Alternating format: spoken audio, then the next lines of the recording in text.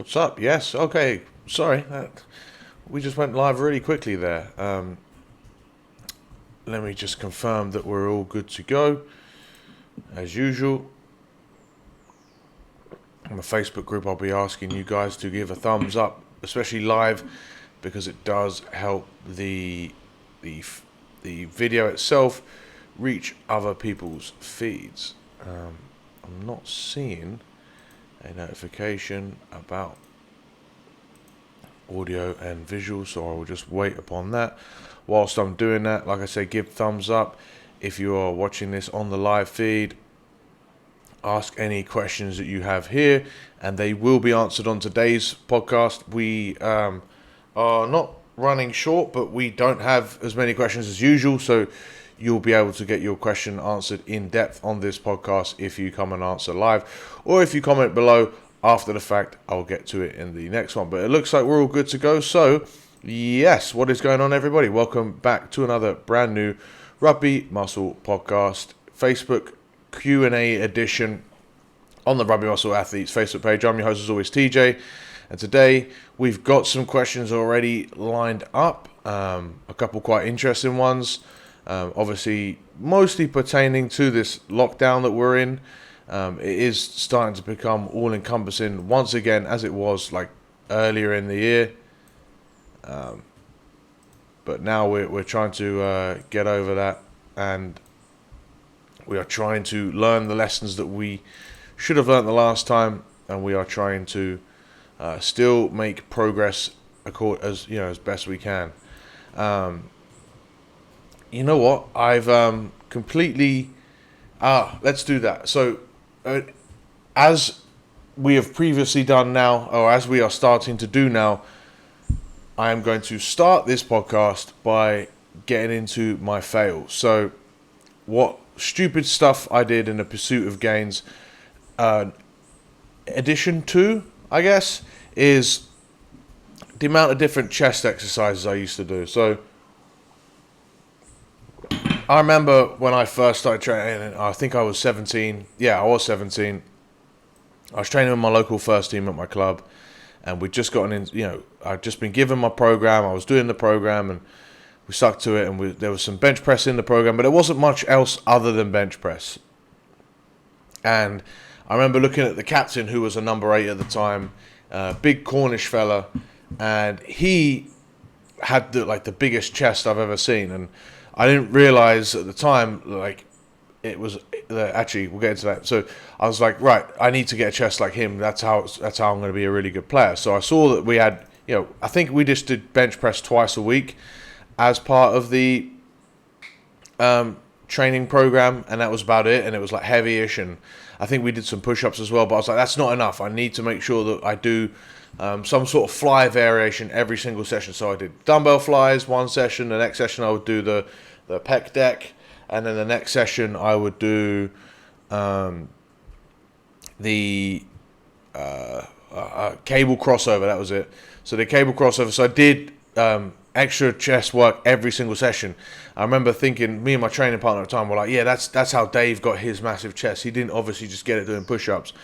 And then I remember asking him one day, this was months later, and I was like, your chest is massive. And he goes, yeah, I don't train any weights. He was just naturally a big dude who had a big chest. And I remember really thinking that the only way he must have got a chest that big was doing lots of different fly variations. It turned out that was completely wrong. And it turned out that me doing more exercises didn't make me any stronger or any better at rugby.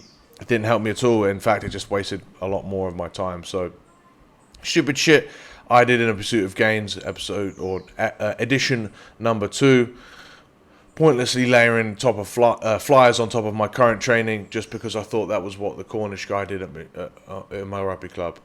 I thought of that on the spot because only once I hit recorder did I remember that I'd started that new series. So I'm quite happy that I remembered that in time. Now, for those listening on the podcast feed, as usual, if you can give us a 5-star review, it really does help the show. The show is growing massively.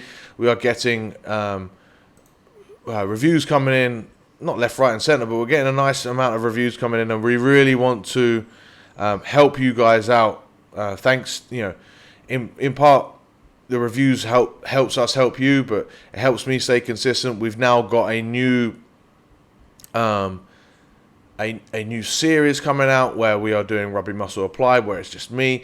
We will be in the new year. The new year is when we are looking to get a ton of guests on. We'll have weekly guests on, but for now we're going to go through Rugby Muscle Applied so that we get into the nitty gritty and give you guys lots of extra information that you can really apply. It's hard out there to actually get nailed down, what am I supposed to be doing? And I really think that this Rugby Muscle Applied series is really going to help that out, give you some sort of templates or guidelines to shape your own program. Because as I say on this Q&A edition all the time, everything that you do in the gym is so, and with your nutrition, it becomes so individual that it's very difficult to give you the black and white answers that you guys want. However, if we're talking about generalizations that things can fit into, then there are good guidelines that I can give you. And whilst I could argue that I save those for my paying clients, it's not true, because the paying clients get the individualization done exactly specifically for them, and that's where they pay the money. That's they're paying money for the lack of thinking, for the lack of effort, so that lack of effort in the thinking side of things, so that they can put all of their energy towards training, and they actually end up saving themselves a lot of time. All of this is to say that if you're listening on a podcast, go and give us a 5-star review. It really does help out, and you give yourself a chance to win a free consultation with me, which usually will cost you over $100. So Gage gets this one. So Gage Gibb 15 gives us a 5-star review. Says actually teaches athletic workouts to prepare your body. It's quite simple 5-star review, and it was at the top. So there you go, Gage. Reach out if you want a free month of Rugby Muscle or you want a free consultation. We will take care of that for you. Reach to me at TJ_rugby. Now, without further ado, if you're listening to this on the podcast, one more thing. If you go to Rugby Muscle Athletes Facebook page, type in a question. These are the questions I'll be answering on this week's edition. And you can also join us live. It's usually every Friday, but as I've said last week, we are looking to potentially change that time in the next coming weeks. But we have been consistent as fuck with these episodes most recently, so I'm going to keep them going. Let's get into the questions then. So, first one comes from Warner. He says, how can I improve my rugby IQ and improve my rugby skills during these shitty times? That is a great question, because obviously most people come to Rugby Muscle because they want to smash their strength and conditioning, and they really want to improve their game, and they don't realize the limitations that strength and conditioning, that physical preparation has in your overall rugby performance. Now, yes, obviously getting stronger, getting more powerful, becoming a better athlete is going to give you the potential to be a much better rugby player, like a much greater potential to be a much better rugby player. But it is not going to definitely make you a better rugby player. It's only part of the equation. We've got physical preparation, we've got tactical preparation and mental preparation, as well as a specific skill preparation as well. So physical preparation is only one part of the equation that makes you a better rugby player. So trying to improve your rugby IQ and trying to improve your rugby skills is definitely something you still want to try to keep up as much as you can during these times. So first off, in terms of improving your rugby IQ, what I would do is just watch quite a lot of rugby, and I'd watch it with a different lens. I wouldn't watch it just for the entertainment part. I mean, of course, that does help. But I would also break stuff down, so I'd stop and try and play a camera guy in your position. And you might say, oh, this takes up time. But if you want to just take up the time that you would have usually spent playing rugby, do that. Or the time that you'd spend doing your rugby training, just go watch a game and watch someone. Like if you're a scrum half, watch Aaron Smith. If you're Anton Dupont. If you're a number 8, go and watch Tom Curry, or watch when he's playing number 8 for England. Why have I spaced on any number 8s? Maybe don't watch Sergio Periche, he's a bit wacky, but watch if you're a back row, watch Ardi Surveyor, or watch whatever back row you want to play like, or watch if you're a lock, try and watch Maritoji. But Jesus, don't start thinking that that's what you should be doing as a lock. But you keep watching more and more rugby, and you watch how different players affect games in different ways, and you watch and you'll see how much different what they do is to what you think. If you were just watching it as a fan, you think, oh my god, this guy's everywhere, or oh my god, like, this guy hits every ruck or whatever, and you'll see how often they rest and how much the game is played tactically. It's not about hitting as many rucks as you can. It's not about just blindly constantly following the ball. It's about picking and choosing your moments. It's one of the things I see with the Curry boys a lot, and any actual rugby player that is really good at getting into the jackal position and getting good turnovers. For the most part, what guys do when they get good turnovers is that they pick and choose when to, they actually skip a lot of rucks. They see a ruck, they see that they're not going to be able to affect the turnover at all, so they just skip it and they just go to the next phase and then go to the next phase, and they track quite well. So keep an eye out for that. That's what I would do if I was trying to improve my rugby IQ. And if you could watch your own footage, great. It's just sometimes might be a little bit frustrating because you're not going to play for a while. And then in terms of improving your skills, it depends what skills you want to work on. If you want to work on but would be the time to work on your skills at a really low level. So you'd break everything down, do everything just consistently for reps. So we could do this with jumping, we could do this with passing, we could do this with all different skills that you have, but you do it really slowly, really consciously. You walk through all the steps, you unlearn everything that you've already learned, and you just do it as consciously as you can. You think about exactly where your hand goes in a pass, or you think about exactly your foot positioning for a ruck. Obviously with different skills and things, you'll need different partners. But for the most part, if you just get one buddy and practice passing the ball for 30 minutes once a week or twice a week, your passing in a matter of months will dramatically improve.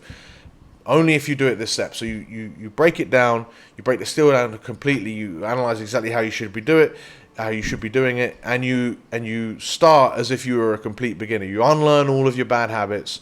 And you break it down and you think about the whole movement. You work off of both hands or you work off of both sides, and you break it down and you do it really, really, really slowly.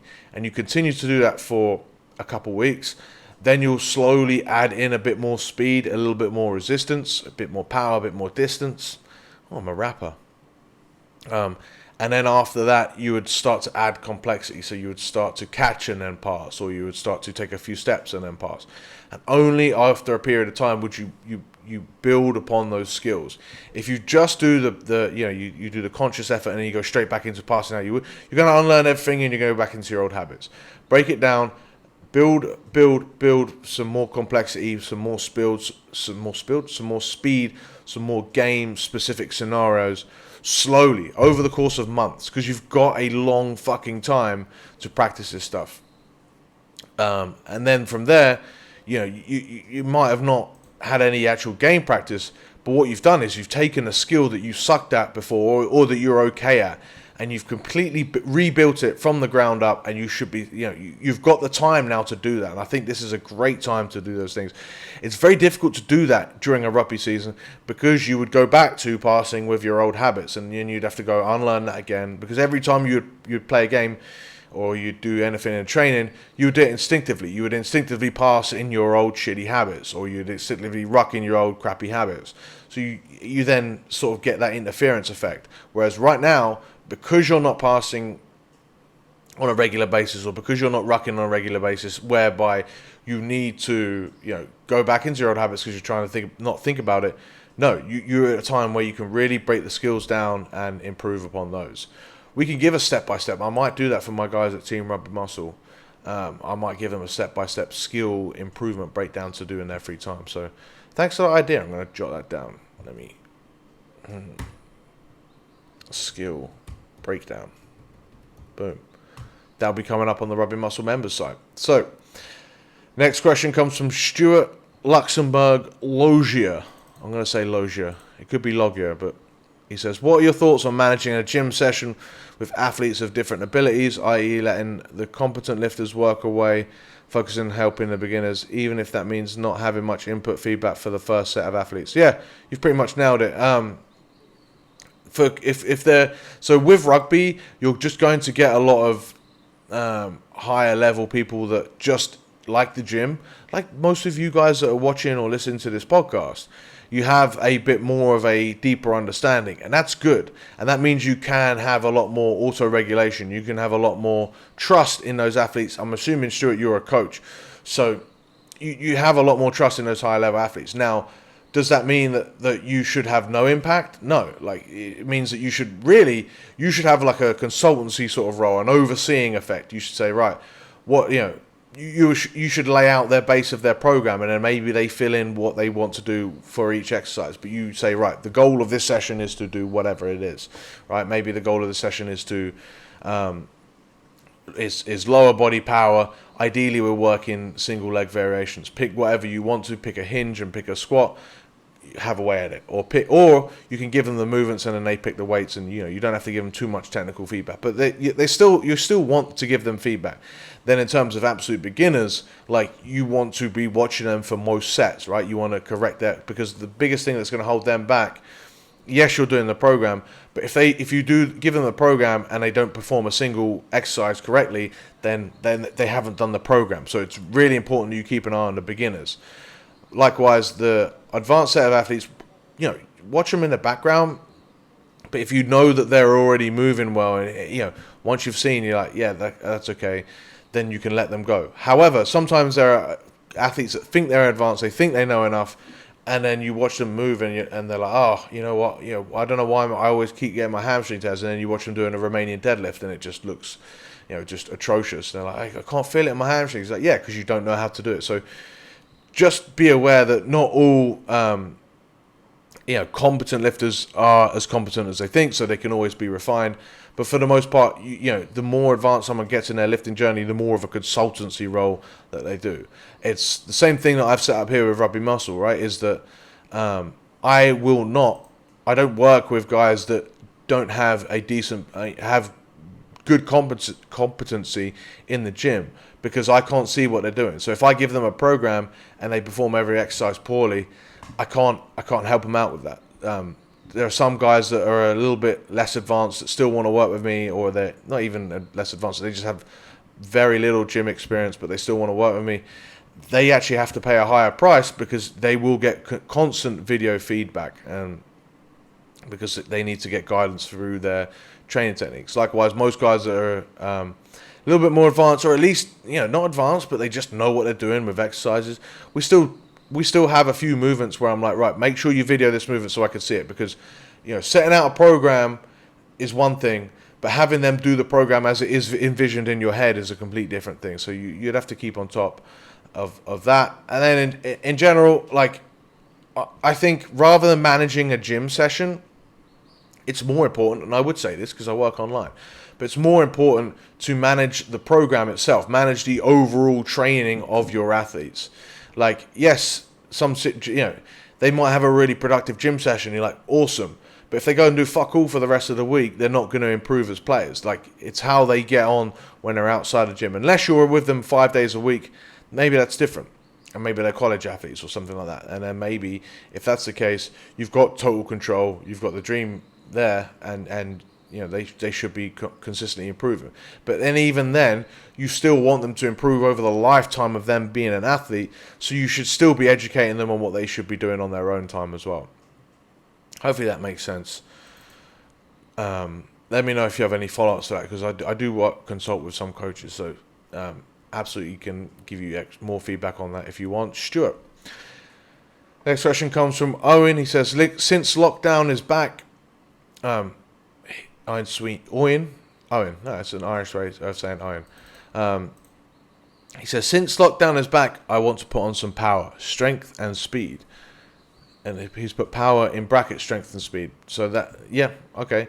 Which will make me better as a back row player. I have a multi-purpose York 2002 gym. Don't know what that is. A 10 kilo dumbbell and a few knee resistance bands. Wondering, do you have any advice? Yeah, so I would say, if you're going to work power, just work basic jump, like low-level jumps. Do what I suggested with the skill improvement. Break your movement down. like really to like the lowest level and just jump. Like you're going to jump, you're not even going to lower yourself into the jump. You're going to start at the bottom position of a jump, so your knees are bent, your hips are ready to jump, and then you would jump, and then you would just practice sticking that landing. And then you would do that with rotations, and you would do that on a single leg, you would do that side to side. You could do whatever jump variations you want to do. But you break it down so you're at the point where all you're doing is the concentric jump, right? You're not even lowering yourself down. Then the next week you would go into lowering yourself, so you drop down, then you jump, then you would add distance, add speed, as long as you're consistently sticking the landing. And from there, what you're developing is your muscles' ability to contract and coordinate the movement as efficiently as possible. Most of us don't move efficiently, so we've got a lot of, so if we do like a heavy weighted jump squat, or we do, different drills that are quote unquote high level power drills, all we're doing is like polishing a turd if we don't move very well. Whereas if you just refine that skill of jumping and you refine your actual movement, you're going to get so much better bang for your buck. That's why a lot of the power I do with my guys on Team Rugby Muscle is very low level, because you get a good bang for your buck, because you break the movement down, you get more efficient at doing that movement. You also then save yourself some energy to get stronger in the other parts of the week, and then when it comes back to doing the movement, you've got more potential, you move better, boom, all of a sudden you're more powerful. And yes, there are advanced power movements that you can do, but go watch a Rugby Physical Preparation Pyramid, understand why that's not as necessary as you think. And particularly when you're stuck in lockdown and you've only got a multi-purpose York 2002 gym, which I'm assuming is some sort of like funky cable, maybe a squat rack of some kind. You've got one dumbbell and you've got those grow your butt big bands. Like, you're not going to work amazing amounts of specific power. At the same time, you also don't want to work loads of specific power because you have no need to express it. You have no way of showing it in a game. You're better off in this time when there's no foreseeable rugby. As I said in the last podcast, I've been repeating over and over again. You're better off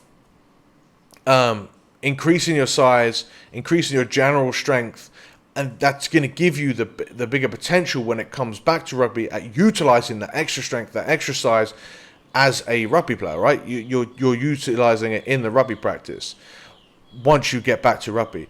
What I see a lot of the time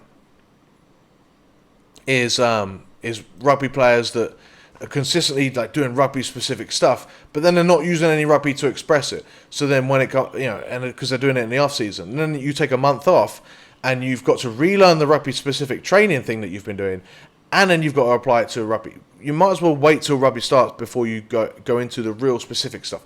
If you're not doing any rugby right now, now's the time to really work on your general physical components. And it's like, I can't emphasize that enough, how much of a good time it is to work on your general strength. Not only on top of that, but I think I might, is this the next question as well there? No.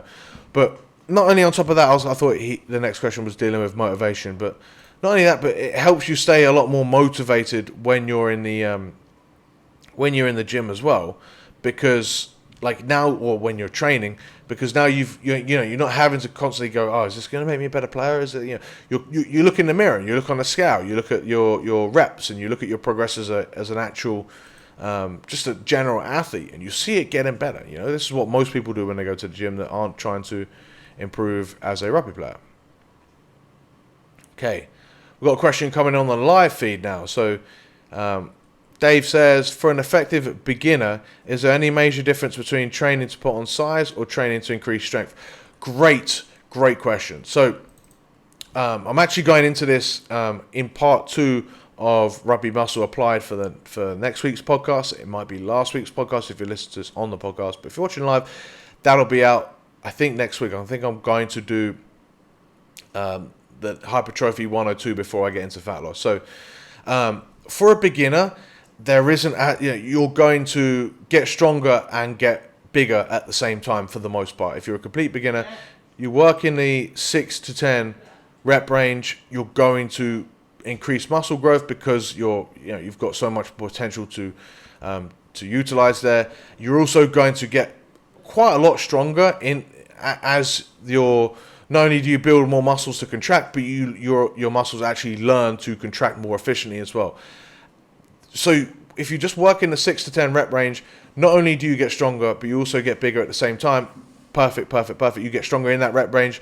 That rep range will carry over. It will have some carryover. So if you get stronger in the rep range of 6 to 10 reps, you'll also get stronger in the the absolute strength range, where you're only working 3 to 5 reps or 1 to 3 reps. You will get stronger in that. As you get more and more advanced, that strength starts to become a skill, and the more you train it, the less you have to consistently get stronger, right? So that's why it's why getting bigger is the easiest way to get stronger, is because if you continue to add more muscle, you have more potential of neurons to fire efficiently. You've only got a limited amount of neurons, so the more efficient you get, the more difficult it is to increase that efficiency, right? You're using a higher and higher percentile of your total muscular potential. So to improve that muscular potential or the strength potential, you add more muscle. And that's when, as you become an intermediate and advanced athlete, actually becomes much more fruitful for you as a trainer or as an athlete. It becomes more fruitful for you to take time to work just hypertrophy. Okay, once you've got more muscle, it's so much easier to make that muscle stronger.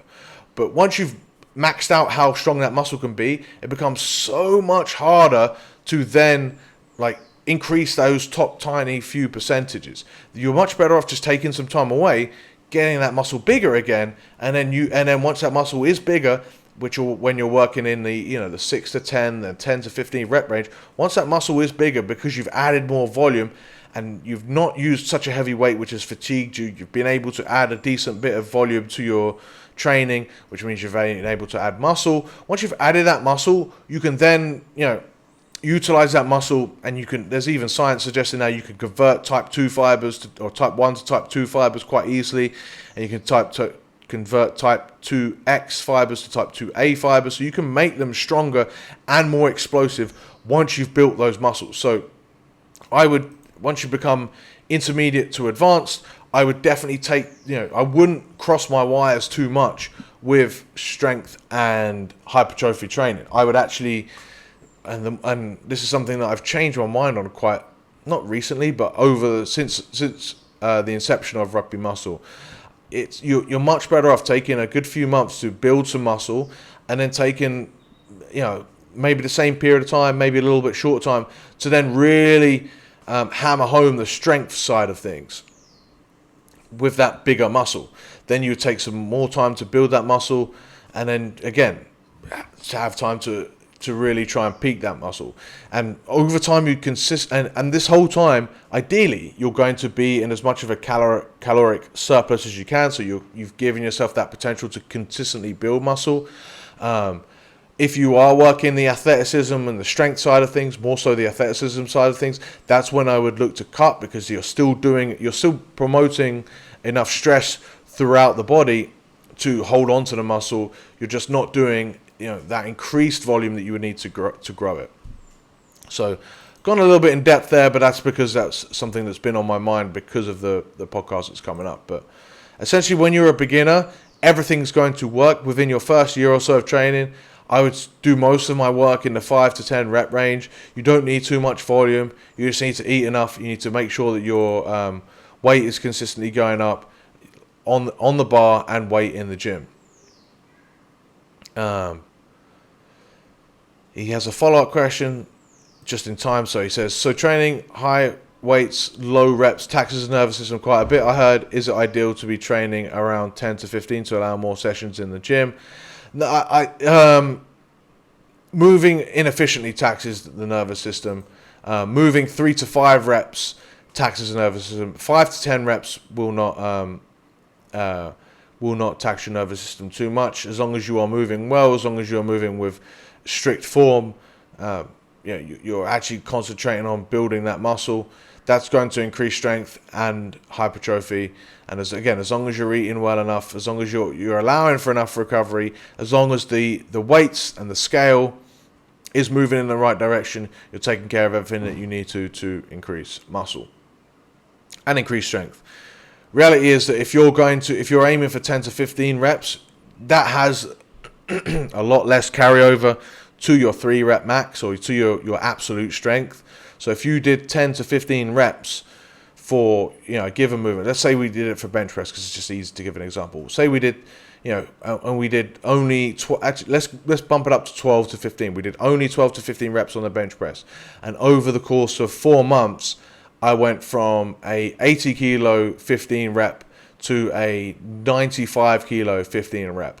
That 15 kilogram increase isn't going to equate to a 15 kilogram increase to my absolute strength, because I'm not used to handling a load that would be 120, 130 kilograms, 140 kilograms.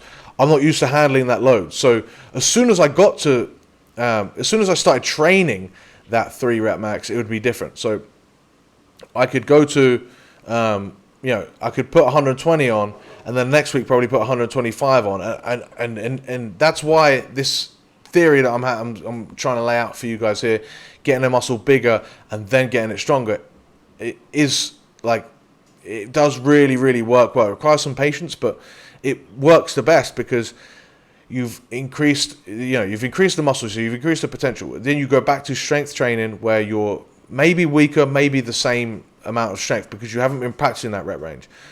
Once you start getting used to it, once that bigger muscle starts getting used to trying to express the absolute strength, so you move to 120 kilos and you knock out 2 reps. The next week you're a little bit more used to it, or the next session you're a little bit more used to it, and you can knock out 122 kilos for 2 or 3 reps. Then the next one you can do 120, and it goes linearly. Like, even once you get to an intermediate and advanced level, that you can get quite a quick linear increase in your absolute strength numbers if you take some time out away from it, because it's fairly new, because you're relearning that skill. Once that starts to slow down, do you leave it? No, I'd still try and hammer away a strength block for 6 to 8 weeks, or 2 sets of 4 weeks, or 2 rounds of 5 weeks. So you're still hammering home at the strength for a decent period of time. But for that time, you should be getting a fairly linear growth curve, or strength curve, or increased weight curve, shall we say. It should be going up every single week, and that could be something that once you get to the intermediate and advanced level, you just don't see often.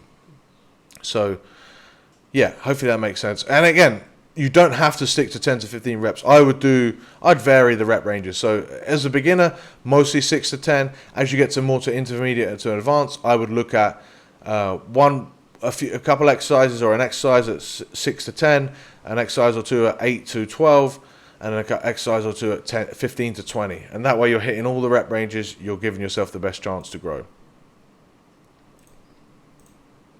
Look out for more information on that on the Rugby Muscle Applied series. Is Hypertrophy 101, 102, 103, 104, and I think 105. I'm really gonna get in depth on hypertrophy.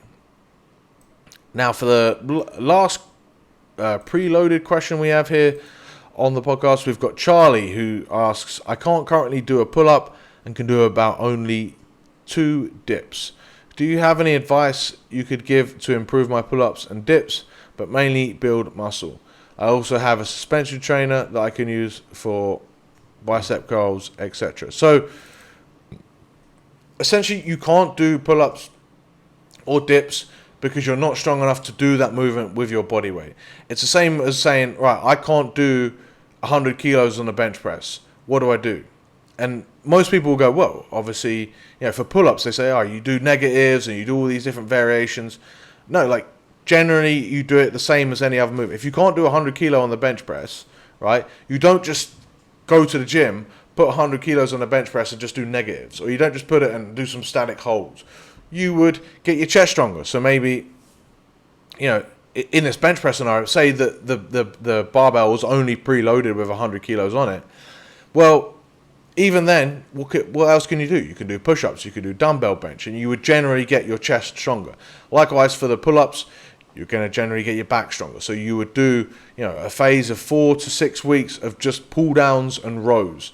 So if you can't have access to a cable because you're at the gym, I would focus mostly on the rowing. I would also look at Terminator crawls, which are, you're lying chest down, you reach up, and then you pull your elbows into your side.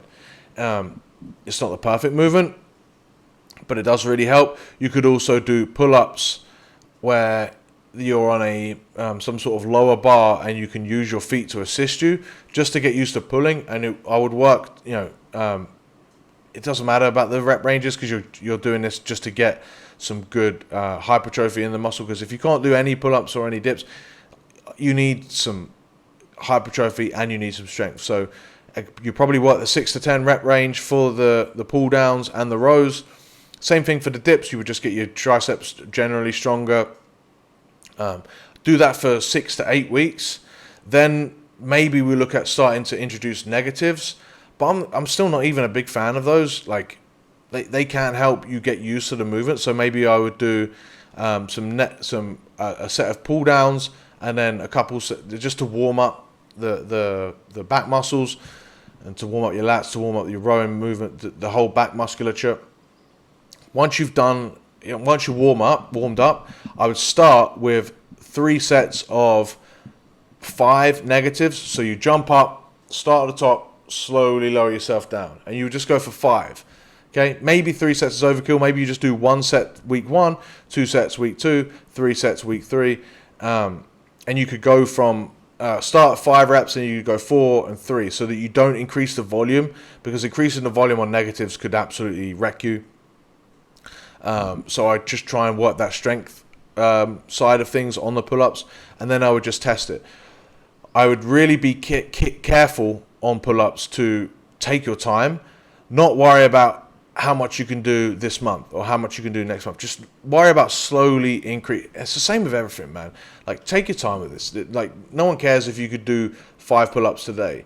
People care about, no one cares about your progress anyway.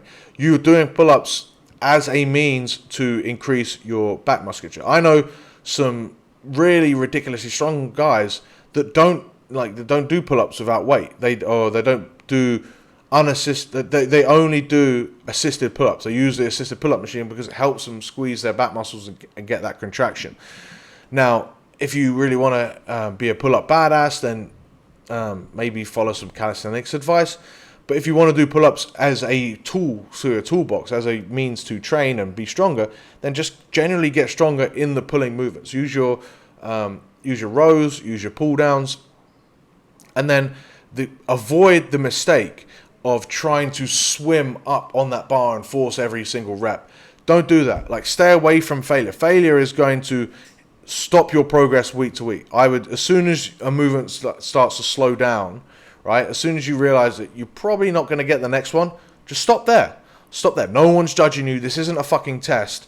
Okay? Stop there. Come back stronger the next week. See how you get on the next week. And therefore, then you've got like real good tracking data to see yourself improving week to week to week. If you have to swim up and then, like, how are you going to beat that the next week? It just makes things so much harder. You're probably not going to write down in your logbook, I got 20 reps.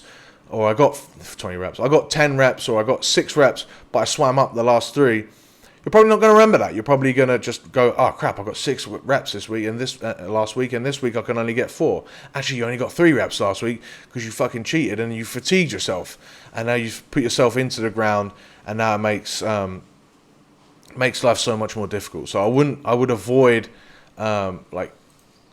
you're not doing pull-ups as a test. You're doing pull-ups as a training exercise. So I wouldn't be married to having to do them.